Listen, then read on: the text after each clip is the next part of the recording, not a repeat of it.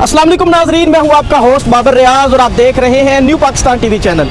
गुज़श्ता रोज एक social media पर video viral होती है जिसमें एक अबनॉर्मल शख्स फैसलाबाद में घंटा घर के ऊपर चढ़ जाता है और नाकाम आशिकों की तरह खुदकुशी करने की कोशिश करता है। इसी दौरान रेस्क्यू 1122 का एक सिपाही पूरे पाकिस्तानी अवाम का हीरो अपनी जान को हथेली पे रख के उस अबनॉर्मल शख्स को एक ट्रेन के जरिए घंटा घर के ऊपर चढ़कर उसकी जान बचाने में कामयाब हो जाता है। वो मर्द मुजाहिद कौन है जिसकी जुर्रत और हौसले को पूरी पाकिस्तानी अवाम ने सलामी पेश की? आइए आपको भी उनसे मिलवाते हैं। बहुत शुक्रिया जनाब अब्दुर्रहमान साहब, आपने न्यू पाकिस्तान टीवी के लिए अपना कीमती टाइम निकाला। अब्दुर्रहमान साहब, मुझे ये बताइए कि वो शख्स घंटा घर के ऊपर चढ़ कैसे गया?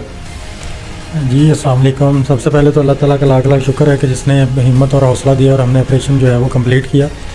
ये हमें जो है वो ऐसा नहीं मालूम हो सका कि वो घंटा घर के ऊपर चढ़ कैसे गया, क्योंकि हमें जब कॉल रिसीव हुई थी, कंट्रोल में कॉल रिसीव हुई थी, जब हम लोग वहाँ पे पहुँचे थे तो उस वक्त वहाँ पे बहुत ज़्यादा गैदरिंग थी, बहुत ज़्यादा रश था और एक बंदा जो है वो ऊपर घंटा घर के ऊपर चढ़ा हुआ था। वहाँ से पूछने पे यही मालूम हुआ था कि शायद वो नीचे किसी को ज़ख्मी करके ऊपर चढ़ गया।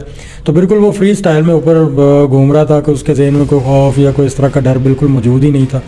अब्दुर्रहमान साहब, हमने देखा कि उसने आपको ऊपर से पत्थर भी मारे, मतलब उसने कोई कसर नहीं छोड़ी कि आप यहाँ से चले जाएं, ठीक है? क्या आपके माइंड में उस वक्त ये ख्याल नहीं आया कि यार मैं अपनी जान बचाऊं, इसको छोड़ूं उसके हाल पे? नहीं, सबसे पहले हमने दो तरह की स्ट्रेटजीज बनाई थी। पहले हमने बाहर से अप्रोच करने की कोशिश की, जिस तरह वो वीडियो में आपने देखा कि क्रेन की मदद से बाहर पहुंचने की कोशिश की, लेकिन उसके ऊपर भी वो पथराव कर रहा था, उनको पास आने की वो नहीं दे रहा था। तो वो बहुत ही उस वक्त अग्रेसिव माइंड में था, बहुत ही ज़्यादा गुस्से में था शायद किसी वजह से।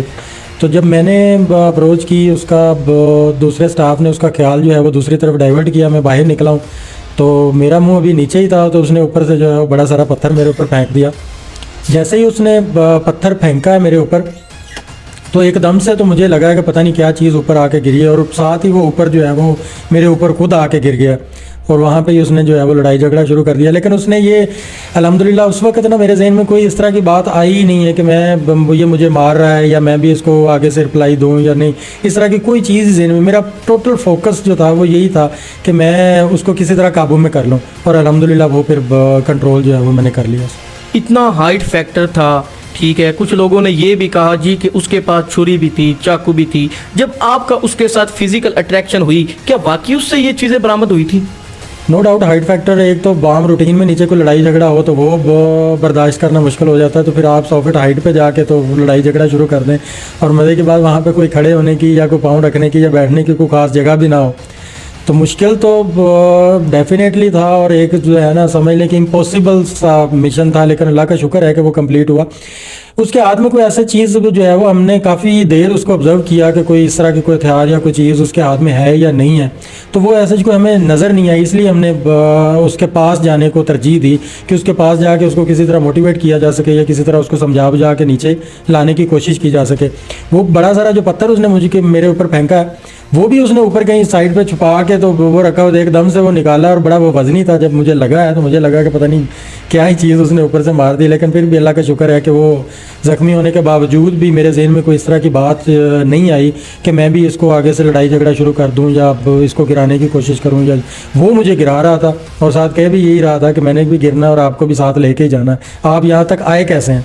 अच्छा अब्दुर्रहमान साहब, कुछ लोगों का मतलब ये कहना था, वो पंजाबी की एक मिसाल है कि जितने मुंह उतनियां गल्ला, चूंकि आप वहाँ पे फिजिकली मौजूद थे।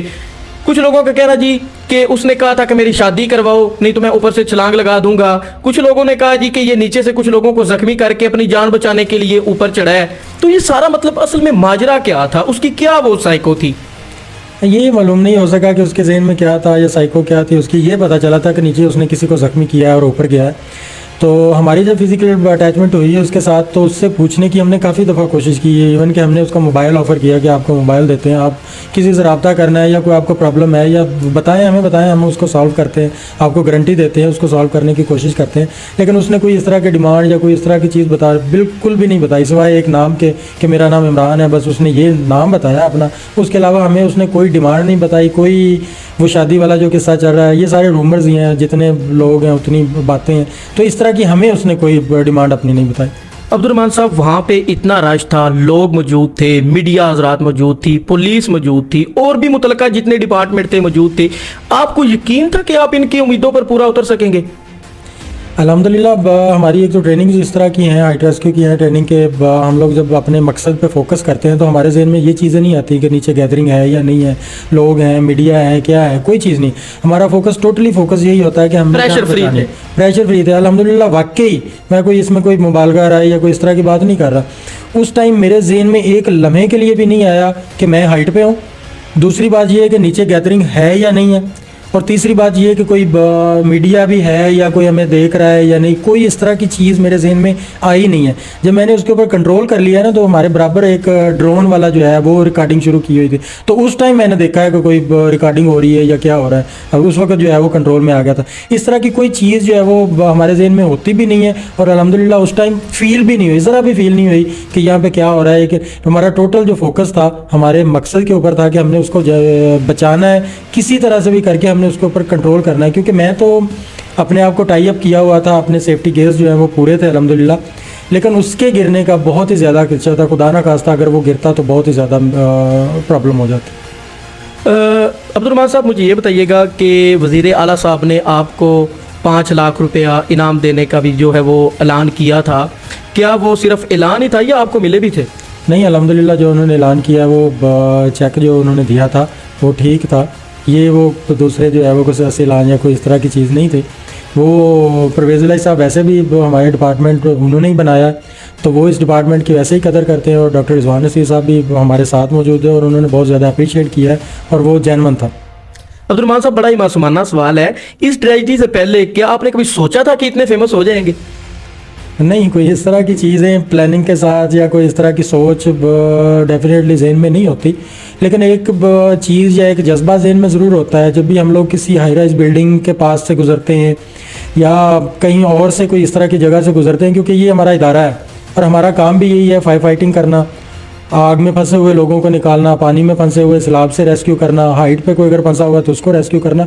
तो हमारे जहन में एक प्लान ना हर टाइम, चाहे वो हम लोग घर जा रहे हो या जहाँ पे भी जा रहे हो, तो वो सिचुएशन देख के ना हमारे जहन में एक प्लान चलता रहता है। खुदा ना खास्ता अगर यहाँ पे इमरजेंसी हो तो हम इसको किस तरह हैंडल करेंगे। तो ये चीज़ तो हमारे जहन में चलती रहती है कि कोई भी इमरजेंसी हो जाए तो उसको हमने किस तरह से हैंडल करना है और किस तरह वहाँ पे लोगों की मदद करने की कोशिश करनी। जब पूरे पाकिस्तान में आपकी वीडियो वायरल हुई, टिकटॉक पे, इंस्टाग्राम पे, ट्विटर पे, फेसबुक पे, एवरी जितने भी सोशल मीडिया के प्लेटफॉर्म्स हैं, क्या फीलिंग्स थी जब आप अपनी वीडियो देखते थे? जो फीलिंग तो ज़ाहिर बात है अल्हम्दुलिल्लाह बहुत ज़्यादा अच्छी थी। लोगों की कॉल्स भी बहुत ज़्यादा आई, लोगों ने प्यार जो है मोहब्बत उसका भी बहुत ज़्यादा इज़हार किया। और जैसे ही मैं ऊपर से घंटाघर से नीचे उतरा था तो लोग नीचे जो लोग खड़े हुए थे उन्होंने बहुत प्यार दिया और उन्होंने बहुत ही ज़्यादा अप्रिशिएट किया।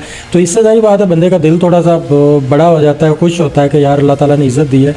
और ये जो भी है ये माँ बाप की दुआएँ हैं सारा, और हमारे ऑफिसर्स जो है उनकी मेहनत है कि वो हमें गाइड करते रहते हैं। और उसके बाद अल्लाह ताला का सबसे जो है वो ज़्यादा करम नवाजी है कि उसने इतना जो है वो दिया है। इतनी हमारी औकात नहीं है जितना हमें मिला। पूरे पाकिस्तानी अवाम का आपने दिल जीत लिया, सब ने आपकी जुर्रत और हौसले को सराहा है। पूरे पाकिस्तानी अवाम को कोई एक अच्छा सा मैसेज दे दे।